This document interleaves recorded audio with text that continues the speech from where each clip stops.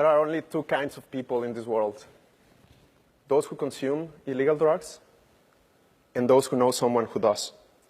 Now, I'm not here to critique or judge people who consume drugs. I have nothing against the drugs themselves.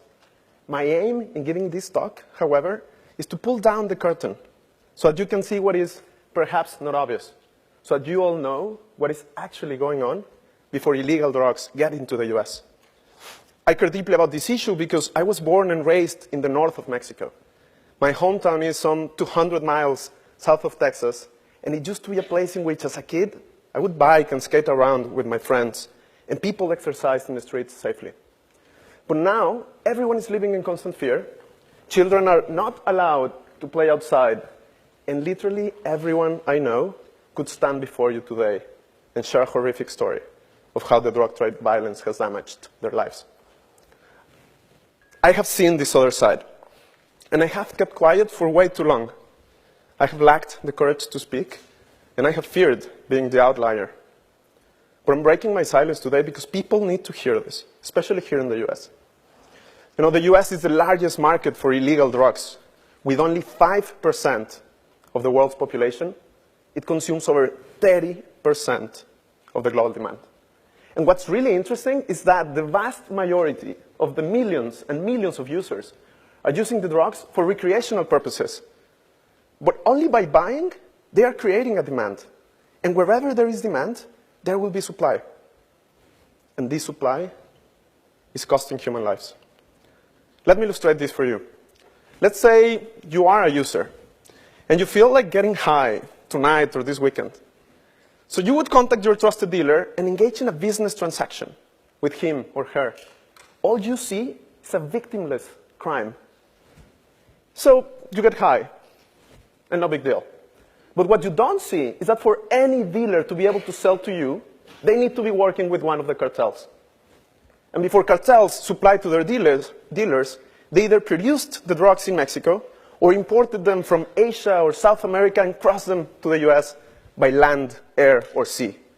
And at every step of this chain, there's bloodshed. Why is this the case? Well, because this is the most lucrative of all criminal activities. As a result, it attracts the worst criminals to it. And criminals compete by force. So this is effectively a business in which the most violent player wins. And what are they fighting over? Well, territories, highways, ports, border crossings, political influence, and so on. Because the real money to this business is not in producing drugs, but in getting them from the source to the end consumer here in the US. And to do that successfully, cartels need to control their traffic routes every step of the way. And to prevent smaller criminal groups from growing and eventually competing with them, they also set out to control the smaller criminal activities like human trafficking, kidnapping, piracy, extortion, and even prostitution. To protect their huge profits, they are killing not only the people involved in the business, but also journalists, law enforcers, and innocents who refuse to cooperate. They even sometimes engage in mass killings of civilians just to instigate fear in a town. In the span of this hour of talks, 3 people are getting killed just in Mexico. This is 60 lives every single day. Many of them are innocent men, women, and children. The official death toll since 2007 stands at 160,000. This number is larger than that of the Iraq and Afghanistan wars combined.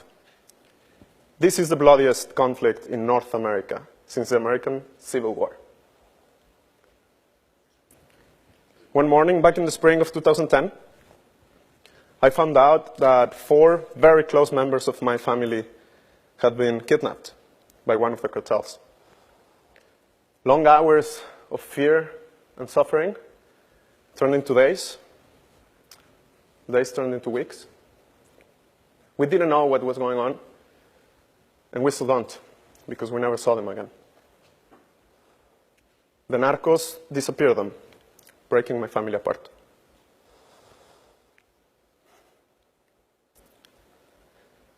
Now, by show of hands, who here believes in making the world a better place through our daily actions? I believe most people do, actually. In the US, every day is more common to hear about people becoming vegetarian to save animals. People are buying cruelty-free cosmetics, fair trade coffee, conflict-free diamonds. And I deeply admire how this heightened awareness about supply chains is growing. But unfortunately, we haven't yet picked up on the worst of them. One that is killing not animals, but human lives. Because Americans are spending around $150 billion on illegal drugs every year. An amount that is slightly higher than what the US federal government spends on education. And 5 times larger than what the US federal government spends on law enforcement. So you can see why this problem is so huge. And thanks to a very convenient geographic location, Mexican cartels control over 70% of the US market. The truth is that with an incentive of this magnitude, no government action in the US or Mexico will ever be enough to mitigate the violence. Around 3 years ago, Mari, a hardworking, lower-class woman who worked with me for over 6 years, realized that one of the cartels was recruiting young boys from her neighborhood by force. Being the mother of a 14-year-old boy, Mari panicked. So she took her whole family and they walked away. They ran away. For several months, they lived at a very remote and uncomfortable shelter. So as soon as they heard that their neighborhood was relatively safe again, the family returned home. On the second night from their return, a group of armed men entered their house and killed her boy in front of her and her whole family, just in retaliation.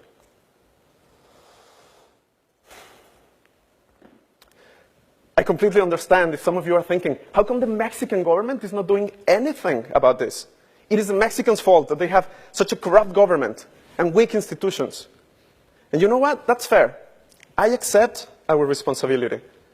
And we are doing something about it, but the pull is way too strong. How are we supposed to fight against those hundreds of billions of dollars in automatic guns? The cartels just buy their way around Mexico, and those who don't take their money get killed. The fact we can't walk away from is that every time we buy illegal drugs, we approve, reward, and incentivize these criminal organizations. We approve, reward, and incentivize the narcos. So I stand before you today because I desperately need your help. And because I know that each one of us here could bring about a huge change. Think about this. Recreational users spend between $200 and $2,000 on illegal drugs every month. Just to give you a glimpse of what this money buys for the cartels, with $200, they can get 1,000 new rounds of ammunition. $500, a brand new AK-47 rifle. $700 pays the monthly cost of a full-time employee on their death squad. What if instead, you or someone close to you stopped buying illegal drugs? You would single-handedly help prevent several kidnappings, extortions, or worse. So if you're not a user, I ask you to please have this conversation with your friends, with your families. And if you are one, please think twice before you buy again.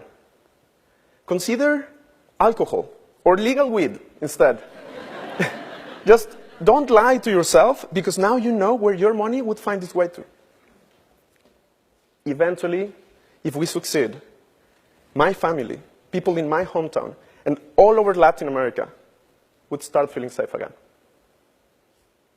Our children would go back to playing outside.